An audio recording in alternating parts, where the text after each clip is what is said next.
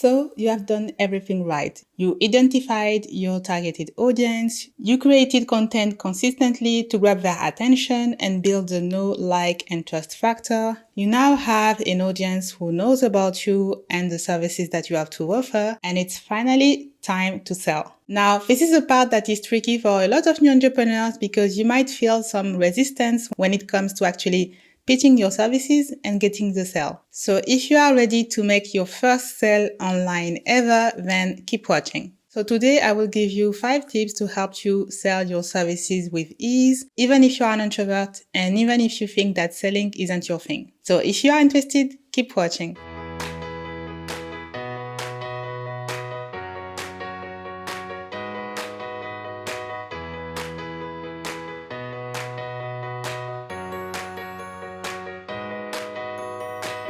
Hi, and welcome to this new episode of her Online Business Podcast, the podcast for ambitious expat girl bosses and digital nomads. My name is Adama, I'm your host, and my mission is to help you build a business that serves your life and not the other way around, have more freedom, work smarter while making a positive impact. And before we start, I just want to remind you that my free masterclass, Brand Your Socials, is coming very soon, and you will learn how to attract your ideal clients while living abroad.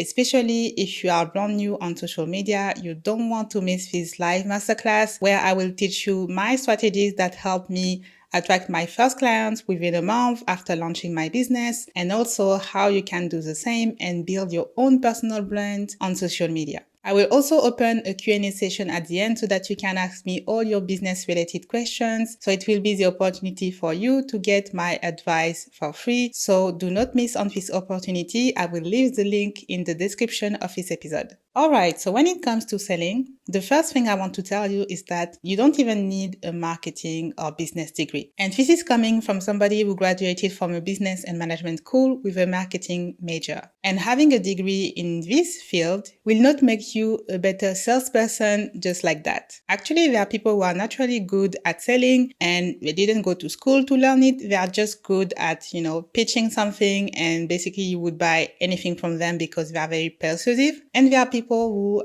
have to learn how to do it, which was my case and which is also probably your case if you are watching this video. So I want you to know that the art of selling is something that you can actually learn and master like any other skill. And if you manage to learn how to use social media and marketing so far, then you can definitely learn how to sell your services because that is the end result that you're expecting, right? So the first tip I have for you is to use marketing and to be very good at marketing your services and yourself. So basically what I mean by that is that you have to have a very clear marketing strategy. Being good at selling is not about being very charismatic and imaginative. It's actually about using simple psychological facts in order to get the sale. For example, if you know your ideal client to a T, then you know what are their pain points and you know how you can help them. So in order for you to be able to sell your services, you need to emphasize on the benefits that they will get from your service.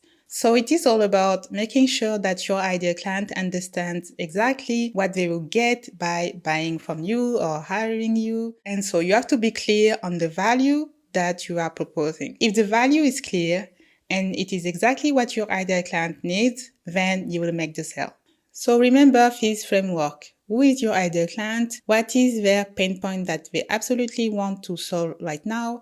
And what are the benefits that they would get from hiring you or buying your services? Once you have these 3 elements, you can easily put a price tag on your service and get the sale. And when it comes to your content strategy to actually get noticed by your ideal client and build the trust, I recommend you to watch some of my previous episodes where I go more in details into the content strategy that I use for myself and my clients, and that will help you get started. The second tip I have for you to learn how to sell without selling is to change the relationship you have towards money. Chances are if you feel hicky when it comes to announcing your price tag and actually getting people to buy from you, is that you don't fully believe that you deserve to get paid for your work. And so that usually comes from your childhood and the way people around you were talking about money. If you used to hear that money is difficult to earn and that it's super easy to lose money and that it always comes and goes, then you might feel like it would be hard for you to actually make a living with your business. So in that case, you have to revisit the relationship that you have with money. Make sure that you feel good about getting paid for your expertise, for your hard work, and realize that money is just a way to make a transaction complete. So your clients pay you for your services. These services improve their lives or businesses, and they can use this new energy or this new money that they are earning by spending it on something else. So you are part of a chain that created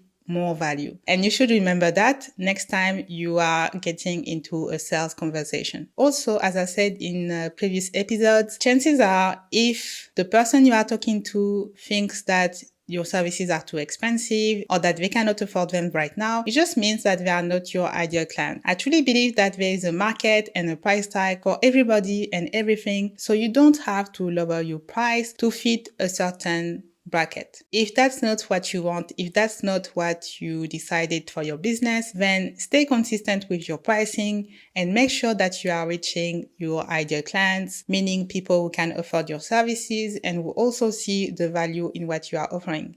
I like the saying that money is just energy. And so you put out this energy through your content and your services, and in return, you get money back, and you will use this money to make your life better, to invest more in your business, to maybe hire people also to scale your business. So money is a tool that you can use to create a greater positive impact. And that is something that you should always remember as well. My third tip to learn how to sell without selling is to have the intention to serve. And that is personally why I'm so passionate about the educational industry and the fact that the internet is actually a big open source library where people can learn any new skill that they want and educate themselves. And so when you come online with the intention to actually help somebody else, that you will receive tenfold what you invested in the beginning, whether it is money or simply your energy and the work you put in. So you have to see selling from a positive perspective, which is that you are offering